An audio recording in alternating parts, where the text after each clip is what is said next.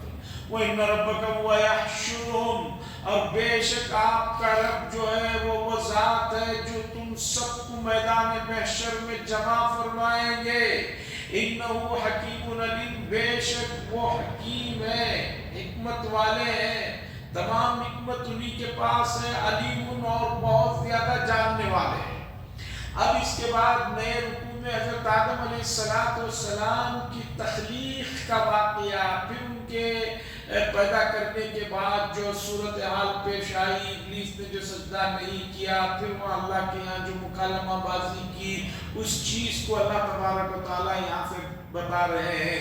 اور یہ واقعہ پہلے بھی 2-3 مرتبہ گزر چکا ہے، آگے بھی یہ واقعہ بار بار آئے گا۔ کیوں ایک واقعے کو مختلف زاویے سے مختلف انداز میں بار بار بتایا جا رہا ہے، تاکہ قرآن پڑھنے والا، سننے والا، سمجھنے والا یہ سمجھ جائے کہ ابلیس وہ منحوس ہے کہ جس نے جو ہے حضرت آدم کا انکار کیا، اور جو ہے اس نے جو قسمیں کھائی کہ میں انسانوں کو بہکاؤں گا، اس سے بچ کر رہے۔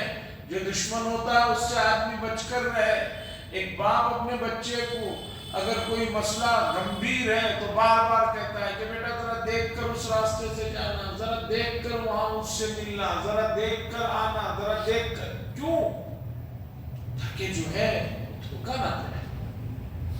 اللہ فرماتے ہیں وَلَقَدْ خَلَقْنَا الْإِنسَانَ مِنْ صَلْصَالٍ مِّنْ حَمَإٍ مَّسْنُونٍ، اور تحقیق کہ ہم نے انسان کو پیدا کیا سڑے ہوئے گارے سے، کھنکھناتی مٹی سے۔ آگے بھی آیت آئے گی سورہ صافات میں کہ جس میں اللہ نے بتایا کہ انسان کی تخلیق جس مٹی سے ہوئی وہ کیسی۔ یہاں بتا رہے ہیں کھنکھناتی ہوئی۔ اب ایک چیز مٹی اگر اسے پانی میں ملا کر جو ہے سکھا دیا جائے تو اس کے اندر کھنکھناہٹ ہوتی ہے، ایسا مارتے ہیں تو آپ نے دیکھا ہوگا کھنکھناہٹ ہوتی ہے۔ اور یہاں فرما رہے من صلصال، سیاہ کیچڑ یعنی بدبودار گارا۔ اگر ایک آدمی مسلسل کسی جگہ چلتا رہتا ہے، وہاں پانی بھی پڑتا رہتا ہے تو اس مٹی میں ایک بدبو سی آ جاتی ہے۔ مفسرین نے کہا کہ یہ جو اللہ نے یہاں یہ بات کہی، آگے سورہ رحمان میں بھی کہیں گے خلق الانسان من صلصال، اور دوسری جگہ بھی من حمأ مسنون، چپچپاتی ہوئی مٹی سے۔ یہ تخلیق کا جو مرحلہ رہا ہے اسے کما ہم کو سمجھنا تو ناممکن ہے۔ اب آپ کہیں گے کہ یہ چیز کما ہم کو سمجھنا ناممکن ہے تو پھر اس کا ذکر کیوں ہے؟ یہ تو سوال ہے، تو اس کا جواب سمجھیں۔ دراصل کفار مکہ کو سب سے بڑا جو مسئلہ تھا وہ یہ تھا کہ مرنے کے بعد اس مٹی سے کیسے اللہ دوبارہ زندہ کریں گے۔ مرنے کے بعد تو آدمی مٹی میں ڈال لیتے ہیں، وہاں وہ ختم ہو جاتا ہے، پانی پڑتا ہے، یہ ہوتا ہے، ختم ہو جاتا ہے۔ پھر دوبارہ اس مٹی سے اللہ کیسے انسان کو پیدا کریں گے حساب کتاب کے لیے۔ اس لیے ہم کہتے ہیں کہ بھی مرنے کے بعد کوئی اٹھنا نہیں ہے، حساب کتاب نہیں ہے۔ اس لیے کفار مکہ کہتے تھے جو چاہے کرو، جس پر چاہے ظلم کرو، جو چاہے گناہ کرو، جو چاہے منمانی کرو۔ ان کفار کو اللہ مسئلہ سمجھانا چاہ رہے ہیں کہ بھی جس مٹی میں مر کر کھپ کر تم یہ سوچ رہے ہو کہ دوبارہ پیدا کرنا مشکل ہے، تو آؤ تمہارے ابا محترم حضرت آدم علیہ السلام کی تخلیق کیسی ہوئی؟ اسی مٹی سے تو ہوئی۔ جس مٹی میں جانے کے بعد، ختم ہونے کے بعد تم سوچ رہے ہو دوبارہ پیدا کرنا مشکل ہے، ارے اسی مٹی سے تو حضرت آدم علیہ السلام کی پیدائش، تخلیق پہلے مرتبہ ہوئی۔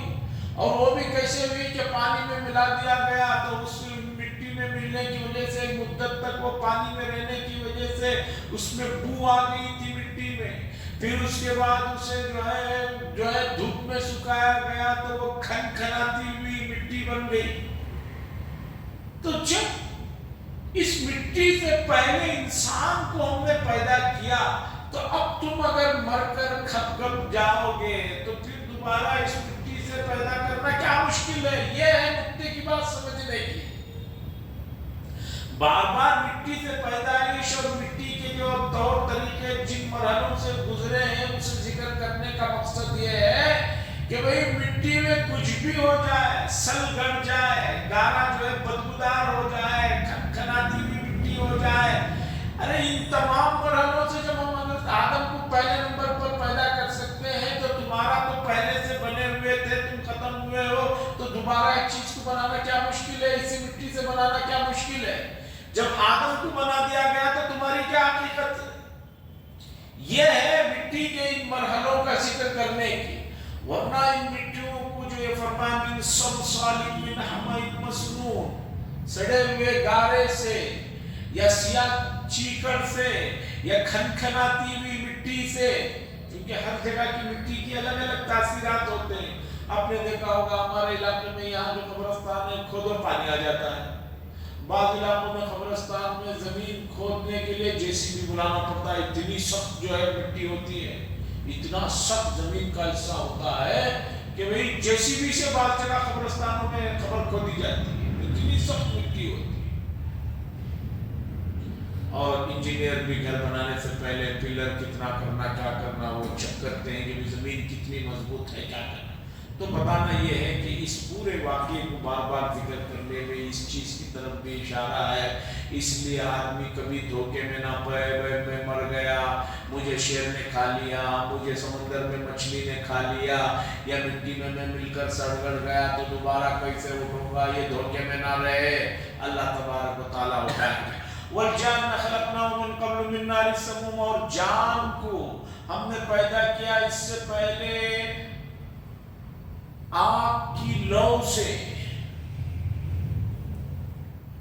جان جیسے آدم علیہ السلام انسانوں کے جد امجد ہے، پہلے انسان ہے، آدم علیہ السلام سے پہلے ہوئے زمین پر جنات جو بہت بڑی مخلوق ہے وہ موجود تھی، ان کے جو جد امجد ہیں ان کا نام جان ہے۔ انسانوں کے جد امجد کون ہے؟ جد مانے دادا، امجد مانے جو سب سے بڑے، سب سے محترم پہلے، وہ حضرت آدم ہے۔ اسی طرح جنات کو جو حضرت انسانوں سے پیدا کیا گیا، ان جنات کے جو پہلے جن تھا جسے پیدا کیا گیا جو آگ کی لو سے، گرمی سے، بہت گرمی سے جو ایک لو اٹھتی ہے، اس لو سے جو پیدا کیا گیا وہ ہے جنات۔ ان سے جنات کو اس سے پیدا کیا گیا، ان کے جد امجد کو جان کہا جاتا ہے، مفسرین نے بعد لکھا ہے۔ وہ ایک بہت بڑی مخلوق تھی انسانوں سے پہلے، ان کی بدمعاشیوں کے بعد ان کو ختم کر کے پھر حضرت انسانوں کو لایا گیا، لیکن وہ ابھی بھی موجود ہیں، یہاں بھی موجود ہیں، ہر جگہ موجود ہیں۔ لیکن اب پہلے کی طرح وہ پریشان زیادہ نہیں کر رہے۔ پہلے بہت جنات کا مسئلہ رہتا تھا، فلاں جگہ جن اٹھا کر پھینک دیا، فلاں جن نے ستا دیا۔ اب جنات نے سب کام کاج چھوڑ دیا، اس لیے کہ خود انسان ایک دوسرے کو ستانے کے لیے کافی ہے، اب ان کا ایکسٹرا کوئی کام رہا نہیں۔ جنات میں بھی وہ تمام چیزیں ہیں جو حضرت انسان میں، مومن ہیں، کافر ہیں، فاسق ہیں، فاجر ہیں، اچھے ہیں، برے ہیں، شادی بیاہ، بچے، وراثت، یہ تمام چیزیں ہیں۔ وَالْجَانَّ خَلَقْنَاهُ مِن قَبْلُ مِن نَارِ السَّمُومِ، اور جان ان کو پیدا کیا اس سے پہلے، حضرت انسان سے پہلے آگ کی لو سے۔ وَإِذْ قَالَ رَبُّكَ لِلْمَلَائِكَةِ إِنِّي خَالِقٌ بَشَرًا مِّن صَلْصَالٍ مِّنْ حَمَإٍ مَسْنُونٍ، اور اللہ نے فرمایا ملائکہ کہ بے شک میں پیدا کر رہا ہوں ایک بشر کو من صلصال من حمأ مسنون، گارے سے، بہت سیاہ گارا ہے اس سے، اور کھنکھناتی ہوئی مٹی سے۔ فَإِذَا سَوَّيْتُهُ، پس جب اسے سیدھا کر دیا گیا، وَنَفَخْتُ فِيهِ مِن رُوحِي، اور اس میں نے اپنی روح کو پھونکا۔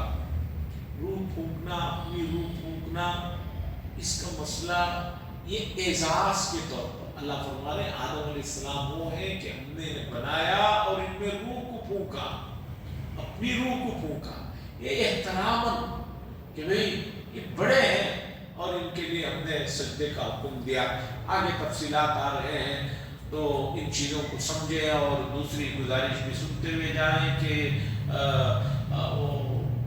آل انڈیا مسلم پرسن اللہ بورڈ اور تمام ادارے والوں نے گزارش کی ہے کہ 13 تاریخ سے پہلے پہلے 2-4 دن اور رہ گئے ہیں، وقف بل جو متعارف کرایا جا رہا ہے، وقف بل پارلیمنٹ میں بی جے پی نے جو لائی ہے وہ جو متعارف کرا رہی ہے وہ بل ہمیں منظور نہیں۔ کیوں؟ اس لیے کہ اس بل میں ایسے پوائنٹس ہیں کہ وہ اگر منظور ہو گئی تو مستقبل میں اوقاف کی حفاظت مشکل ہو جائے گی۔ فار ایگزامپل ہر ضلع کے کلیکٹر کو اختیار دے دیا گیا ہے۔ اب مان لیجئے کہ ہمارے ملک میں 540 ڈسٹرکٹ ہیں، آپ بتائیے ان 540 ڈسٹرکٹوں میں کتنے ہمارے لوگ کلیکٹر ہیں؟ مثلا یہ زمین ہے، فار ایگزامپل ایک 5 ایکڑ زمین ہے، وقف کی زمین ہے، 150 سال سے چلے آ رہی ہے۔ اب کلیکٹر چاہے تو وقف کی اس زمین کی ہیئت بدل سکتا ہے، وہ کہہ سکتا ہے کہ بھی یہ جو وقف کی زمین ہے اب اس کی حیثیت وقف کی نہیں، یہ سرکاری زمین ہے، اسے وہ چینج کر سکتا ہے اپنے پاور سے، اور وہ چینج کر دے گا تو پھر وہ سرکار کی ہو جائے گی، سرکار اپنے لوگوں کو بانٹ دے گی، کھا جائے گی۔ اور پہلے جیسے ہندوؤں کا وقف ہے، سکھوں کا ہے، دوسروں کا ہے، ان کی اپنی جو کمیٹی ہوتی ہے اس میں صرف وہی رہتے ہیں۔ اب حکومت نے کہا کہ وقف بورڈ جو بنے گا اس میں 2 غیر مسلم رہیں گے۔ یہ بھی مسئلہ نہیں، تھوڑی دیر کے لیے آپ ٹھیک ہے وہ بھی 2 رہیں گے، لیکن کہا کہ وقف بورڈ میں جو 2 غیر مسلم بھی رہیں گے ہر کمیٹی میں، اس میں اختیار اس آدمی کو رہے گا کوئی بھی فیصلہ کرنے کا جو چیف سیکرٹری کے درجے کا ہو۔ اور آپ مجھے بتائیے کہ ہمارے یہاں کتنے لوگ رہ گئے جو چیف سیکرٹری کے درجے کے؟ گزشتہ 10-15 سالوں میں جو تھوڑے بہت بڑے عہدوں میں تھے ہمارے لوگ وہ سب ریٹائرڈ ہو گئے۔ میں ان لوگوں سے پوچھتا ہوں کہ آپ کون ہیں آپ کی جگہ؟ کہتے ہیں فلاں۔ میں نے کہا ہمارے کوئی آنے کے چانسز کچھ نہیں، اس لیے کہ تو ہمارے لوگ ادھر توجہ ہی نہیں دیتے، جو اچھا پڑھتے ہیں باہر چلے جاتے ہیں، یا آئی ٹی سیکٹر میں چلے جاتے ہیں، یا بزنس میں چلے جاتے ہیں، ان عہدوں پہ کوئی نہیں ہے۔ اور افسوس کی بات گزشتہ 8-9 دن سے اعلانات ہو رہے ہیں QR کوڈ کے ذریعے سے، جس کے پاس بھی موبائل، آج تو موبائل لیتا ہے کہ ایک آدمی کے پاس 2 موبائل بھی ہیں، 2 سم بھی ہیں، اور 2-3 جی میل ای میل آئی ڈی بھی ہیں۔ 8-9 دن سے 30 لاکھ لوگ اب تک بھیجے ہیں، ہمیں نہیں چاہیے بول کر۔ 25 کروڑ کی آبادی میں کتنے لوگ بھیجے ہیں؟ 30۔ ابھی میں نے پرسوں پڑھا ایک فٹ بال کے کھلاڑی نے اپنی کوئی چیز ایک پیش کیا تو صرف 1 گھنٹے میں 10 لاکھ سے زیادہ لوگ اسے فالو کر لیے تھے، اور 24 گھنٹے کے اندر سسٹم کراش ہو گیا تھا، 1 کروڑ سے زیادہ لوگ یہ کر لیے تھے۔ کتنے؟ 1 کروڑ سے 24 گھنٹے میں، اور یہاں 25 کروڑ کی آبادی میں 25 کروڑ میں آپ مان لیجیے ایک موبائل ہی مان لیجیے، زیادہ نہیں، ایک مان لیجیے، جبکہ آج کل نوجوان بچوں کے پاس 2 موبائل ہیں، 2 سمیں ہیں۔ اس سے لوگ کہتے ہیں حضرت آپ کا وہ فون بند ہے، کوئی آپ کا سیکریٹ نمبر رہا تو ابھی ایک ہی نمبر تو سنبھل نہیں رہا، اور ایک نمبر میں کیا آپ بھائی لو۔ تو 30 لاکھ لوگ ہوئے ہیں، اس لیے ہر آدمی باہر QR کوڈ لگائے، اس کا فوٹو لے، گھر میں جائے، گھر کے بھی نمبر سے اسے جو ہے اسکین کرے، اور نہیں معلوم ہے تو بتانے والے ہیں ان سے یہ کرے۔ اور چونکہ مسجد میں کتنی آبادی آتی ہے؟ 10%، باقی کے مسجد کے باہر ہیں، تو آپ اپنا صرف QR کوڈ سے کر دیں گے تو کام نہیں ہوگا۔ آپ کے جو دوست احباب ہیں جو مسجد میں نہیں آتے، پیغام تو مسجد ہی میں دے سکتے ہیں، وہ کہاں دے سکتے ہیں؟ اخبار میں تو آپ دے نہیں سکتے۔ تو آپ جو ہے باہر بھی آپ کے جو دوست احباب پھرتے ہیں ملتے ہیں ان سب کو بھی اس چیز کی طرف توجہ دلائیں. وآخر دعوانا الحمدللہ. اللهم صل على سيدنا شفيعنا نبينا حبيبنا مولانا محمد بارك وسلم. اللهم انت الصلاة ومنك السلام تبارك يا ذا الجلال والإكرام. صلى الله تعالى وسلم